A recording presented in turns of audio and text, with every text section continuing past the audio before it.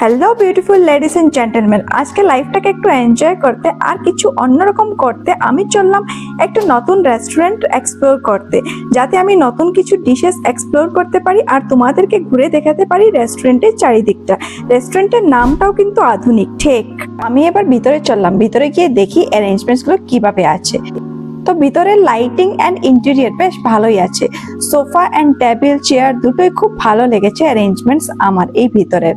এটা হলো রেস্টুরেন্টের সাইডের পোর্শনটা, এটাও বেশ ভালোভাবে সাজানো গোছানো আছে। এবার চললাম মকটেল কাউন্টারে একটু স্টাইল করে বসতে। এবার আমার খাওয়া দাওয়ার পালা শুরু হলো কোল্ড কফি দিয়ে, আর এটা শেষ হতে না হতেই এসে গেল আমার ফেভারিট ফিশ ফিঙ্গার। তারপরে চলে এসলো টমেটো স্যুপ। এবার খেলাম জাফরানি পনির টিক্কা, যেটা নাম শুনতে কেমন লাগলেও পনিরটা খুবই ভালো ছিল। শেষমেশ মেইন কোর্সে চলে এলো পনির কুলচা আর পনির বাটার মশলা, আর দুটোই অসাধারণ ছিল। তো দেখা হবে নেক্সট ভিডিওতে, এবার চললাম টাটা।